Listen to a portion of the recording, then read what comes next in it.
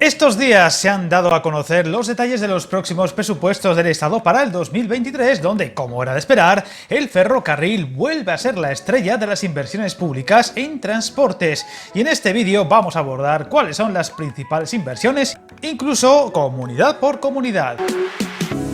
Todos los años hay mucha expectación en cada ciudad, comarca, provincia y comunidad autónoma por saber qué pellizco de las inversiones del Estado se llevarán en el próximo ejercicio. Sin ninguna, alguna, muchas o todas las reclamaciones que están incluidas en dichas partidas presupuestarias, aunque esto último casi nunca ocurre, y es que en esto del reparto de los dineros ya se sabe.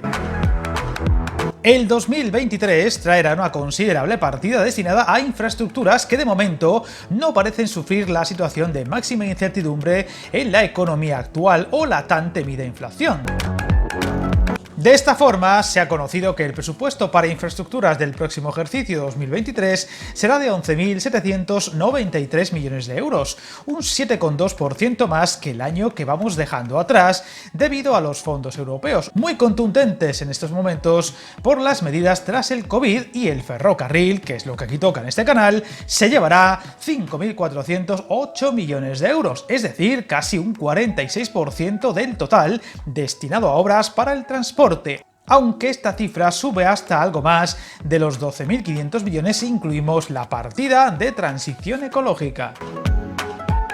Uno de los anuncios que más afecta a los viajeros será el que mantendrá el abono gratuito todo el próximo año, que ya ha sido adquirido por más de 1,5 millones de viajeros, al menos en cercanías y media distancia, quedando de momento en el aire si seguirá para los servicios de alta velocidad media, Avant, que por cierto han tenido bastante polémica estos días al saberse que muchas plazas de las teóricamente reservadas iban vacías, e incluso que agencias de viaje estaban ofertando dichas plazas como ofertas regulares, lo cual está llevando a Renfe a investigar estas actuaciones para evitar los problemas que ello conlleva, y no son pocos, incluido que haya trenes supuestamente llenos que no lo están, dejando en tierra a no pocos viajeros.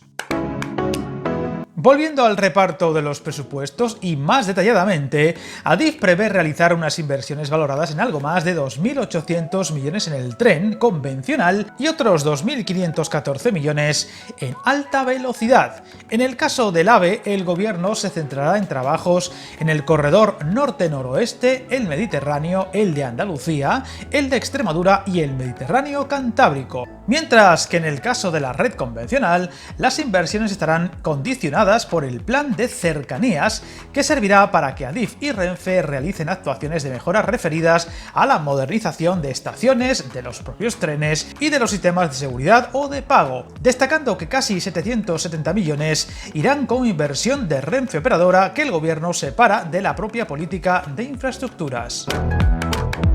Destaca además el impulso de los corredores Atlántico y Mediterráneo, que se llevarán inversiones muy similares, de en torno a 1.600 millones cada uno, recordándoos que tenéis dos vídeos en el canal hablando del corredor Mediterráneo y que muy pronto hablaremos al detalle en otro vídeo del corredor Atlántico.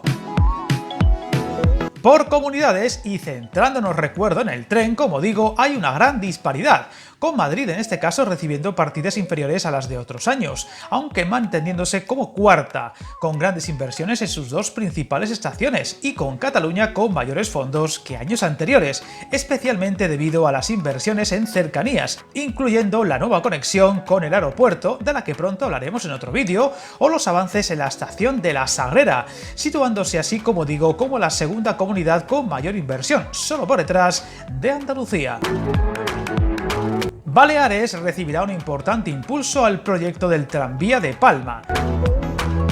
En cuanto a la Comunidad Valenciana, será la cuarta región en inversión para infraestructuras, con casi 700 millones de euros, de los cuales más de 311 irán para el corredor mediterráneo y unos potentes 327 millones para sus cercanías, principalmente para el núcleo de Valencia capital, mientras que el canal de acceso a Valencia, que incluye el soterramiento de las vías, cuenta con una primera partida de unos 9,6 millones y el túnel pasante de tan solo 1,5 millones, ante todo destinados para estudios y redacción de proyectos. Recordándote que tienes un vídeo en el canal hablando al detalle de este crucial proyecto para la capital del Turia. Y por último, el esperado tren de la costa apenas se llevará unos paupérrimos 142.000 euros, mientras que Murcia recibirá importantes fondos por los avances de las líneas hasta Cartagena y Almería. Extremadura, que ha sido actualidad este año por lo ocurrido con su nueva línea de altas prestaciones, recibirá algo más de 250 millones destinados ante todo a completar dicha línea de altas prestaciones con la culminación de su electrificación, el bypass de Mérida o los avances en el tramo del norte de Cáceres.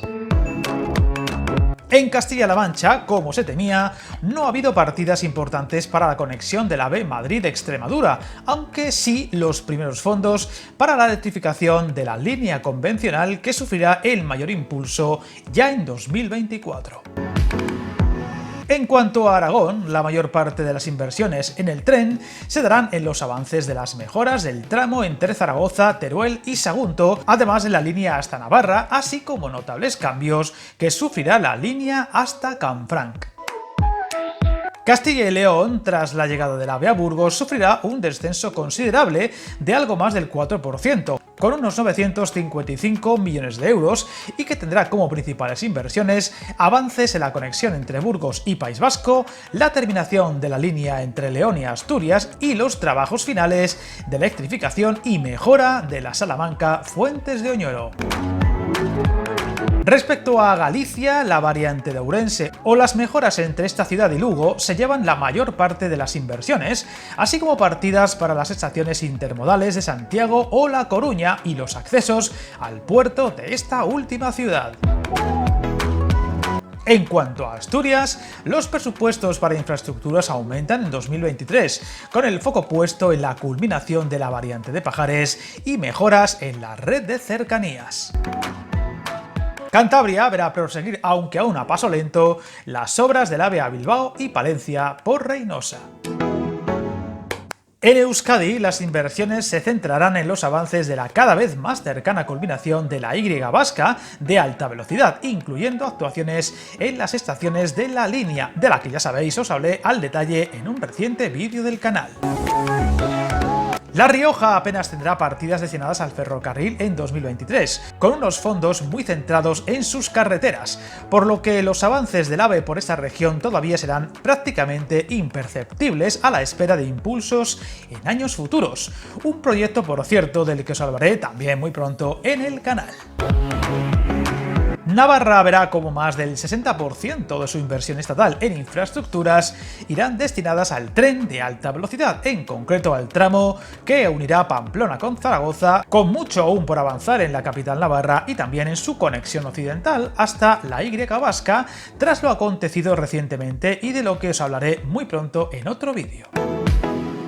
Y por último está Andalucía, la comunidad con mayor inversión en este apartado, con muchas actuaciones en las líneas de alta velocidad con Almería, Granada o Jaén, así como mejoras en tramos ya existentes, sin olvidar la inversión para el metro de Sevilla. Respecto a Canarias, Ceuta y Melilla se quedan prácticamente sin partidas reseñables para el tráfico sobre raíles. Unos presupuestos que, como suele ser habitual, se quedan pequeños o no dejan contentos a prácticamente nadie, como suele ser lógico, dado lo mucho que queda por mejorar y hacer, y que ojalá se traduzcan en importantes avances que aquí iremos contando. Suscríbete al canal, encantado de tus comentarios, y recuerda, hasta el camino más largo se inicia con un primer paso.